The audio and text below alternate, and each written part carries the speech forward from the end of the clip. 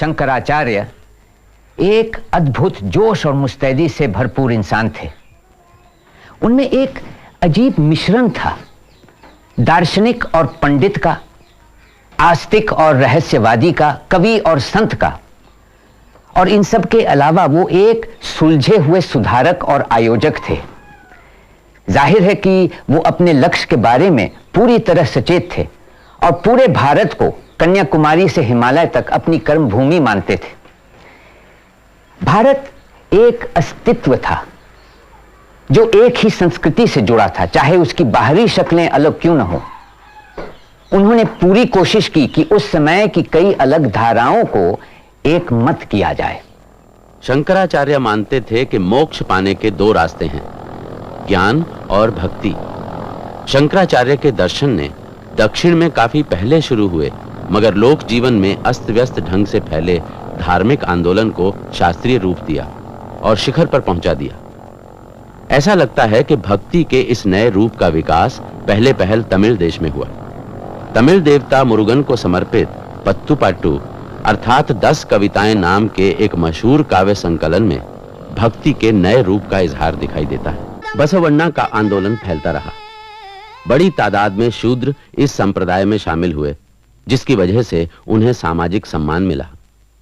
बाद में तो बहुत से शासकों ने भी वीरशैव धर्म स्वीकार कर लिया।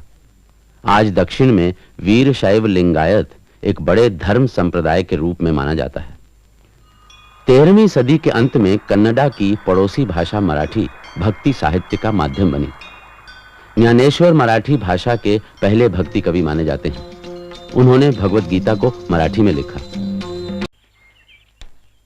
उत्तर में मौर्यों का निजाम खत्म होने पर 1000 साल या उससे भी ज्यादा समय तक दक्षिण भारत में बड़ी बड़ी रियासतें कायम हुईं और फली फूलीं।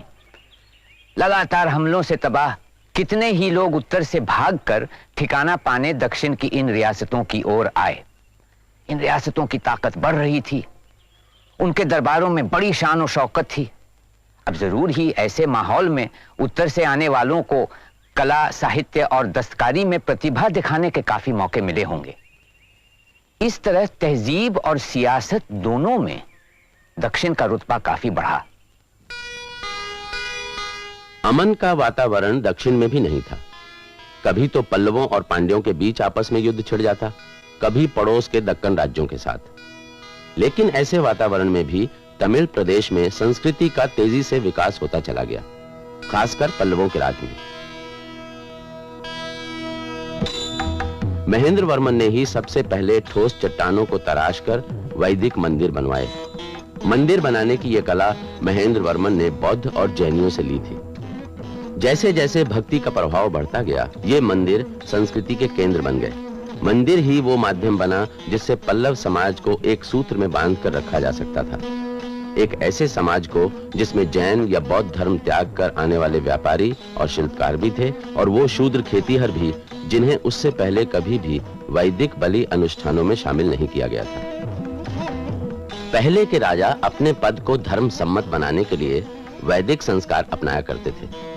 पल्लव राजाओं ने इस उद्देश्य को पूरा करने के लिए मंदिर बनवाए।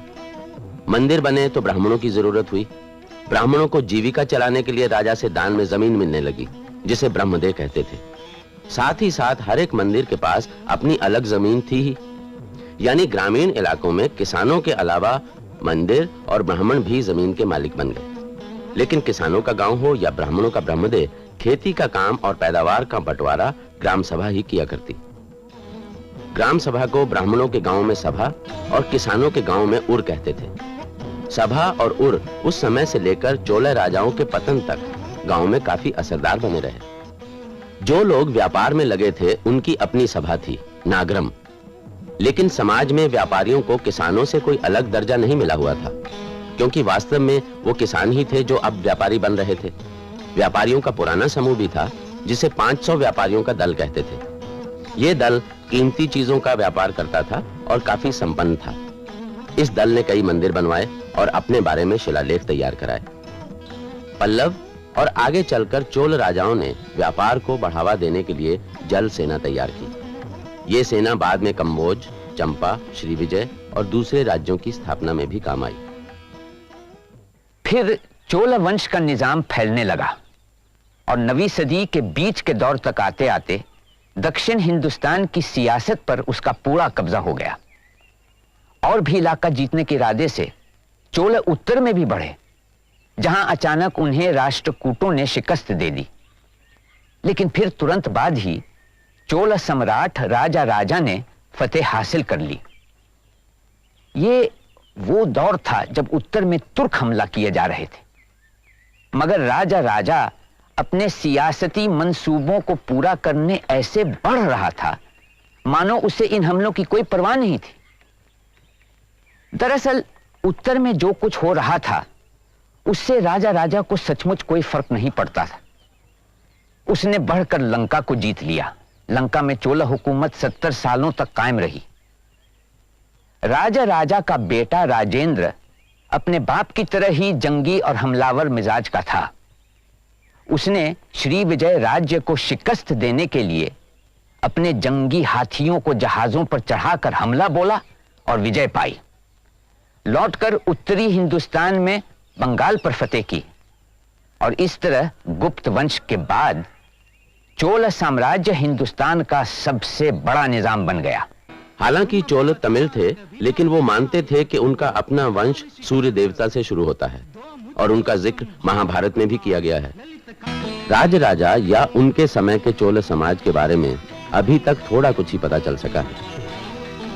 राजराजा के बेटे राजेंद्र चोल ने बंगाल जीतने के बाद विजय प्रतीक के रूप में अपना मंदिर नगर गंगईकोंड चोलपुरम बनाया।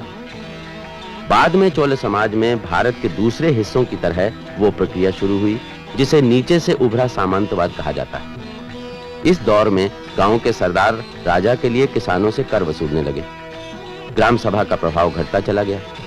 कुल मिलाकर ऐसा कह सकते हैं कि भारत, खासकर दक्षिण भारत का सुनहरा दौर राजराजा का शासन अंत होने के साथ 1000 ईस्वी के आसपास समाप्त हो गया। शायद ठीक हो कि हम अपनी यात्रा चंद लम्हों के लिए रोक लें और जरा मुड़कर पीछे देखें। हम अब तक ईसा काल के 1000 साल पार कर चुके हैं। इन 1000 सालों में कितना उतार चढ़ाव आया हिंदुस्तान में, बाहरी दुश्मनों के कितने हमले हुए, कितनी अंदरूनी तबाहियां हुई। फिर भी ये एक उत्साही कौमी जीवन का जमाना था जिसमें एक उमंग थी। दुनिया में चारों ओर फैलने की सकत थी।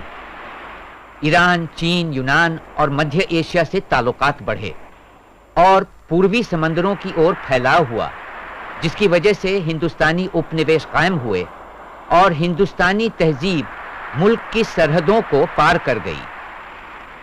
दक्षिण पूर्व एशिया में उपनिवेश कायम करने वाले दल दक्षिण भारत से गए थे। उत्तर और दक्षिण दोनों मिलकर जिंदगी के इस साहस भरे सफर पर निकले और एक दूसरे की ताकत और हौसला बढ़ाते रहे। 648 ईस्वी में राजा हर्ष की मौत हुई। हर्ष की जिंदगी में ही मुल्क की उत्तर पश्चिमी सरहद पर बलूचिस्तान में एक छोटा सा बादल मंडराने लगा था। ये बादल पश्चिमी एशिया, उत्तरी अफ्रीका और दक्षिणी यूरोप पर छाई हुई आंधी की खबर लाया था।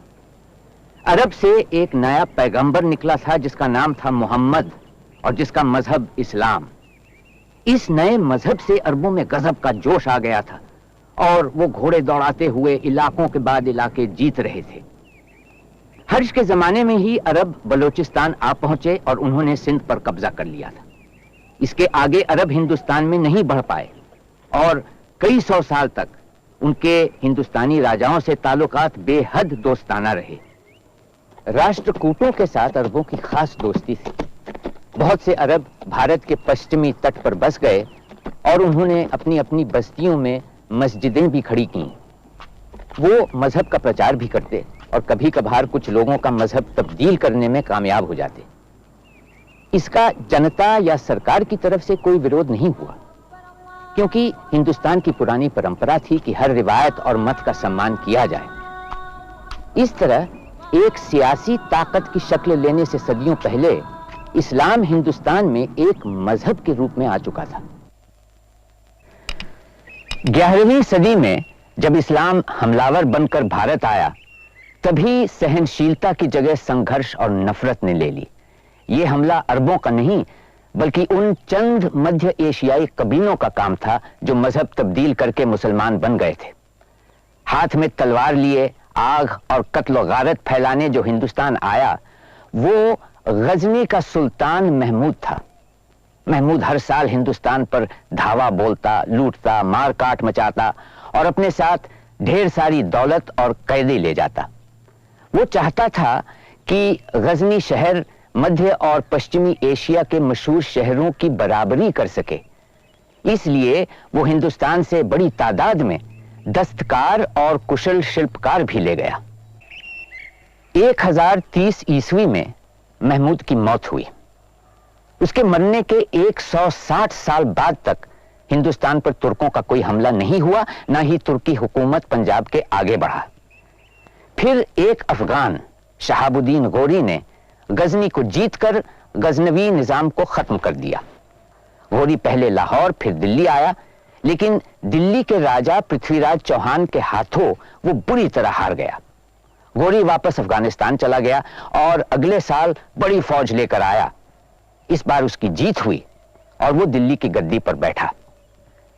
पृथ्वीराज आज भी अवाम में एक मशहूर शख्सियत हैं और उनके बारे में कई किस्से हैं। उत्तर भारत के सामंती वर्ग के लिए तुर्की हमले एक प्रलय बनकर आए। अपने दुख और जिल्लत को कविता के माध्यम से मिटाकर ही वो अपना गम गलत कर पाए। वीर गाथाओं में हालात को बहुत दुखद बनाकर पेश नहीं किया जा सकता था। जैसे कि पृथ्वीराज रासों में दिखाया गया है कि पृथ्वीराज ने अपनी पराजय का बदला लिया और एक शानदार मौत मरे, जबकि असलियत ये थी कि उन्हें मैदान जंग में हराकर मारा गया। पृथ्वीराज को हराने वाले शहाबुद्दीन के बाद दिल्ली में गुलाम वंश के बादशाहों का सिलसिला शुरू हुआ। सबसे पहला गुलाम बादशाह कुतुबुद्दीन हुआ, जिसने कुतुब मीनार बनवाना शुरू किया। गुलाम बादशाह बड़े खूंखार थे और इमारतों, कुतुब खानों को बर्बाद करने और ज्यादा से ज्यादा इलाका हासिल करने में यकीन करते थे। ये बादशाह हिंदुओं के साथ ऐसा सलूक कोई मजहब के आधार पर नहीं कर रहे थे, बल्कि एक विजेता की तरह जो हारी हुई कौम का हौसला पस्त कर देना चाहता है। गुलाम बादशाह तामीर के बड़े शौकीन थे और अपनी इमारतें, मंदिर वगैरह तोड़ ताड़ के बना लेते थे। उनके राजमिस्त्री ज्यादातर हिंदुस्तानी ही होते थे, लेकिन उन पर मुसलमानों के लाए तरीकों और तकनीक का भी असर हुआ।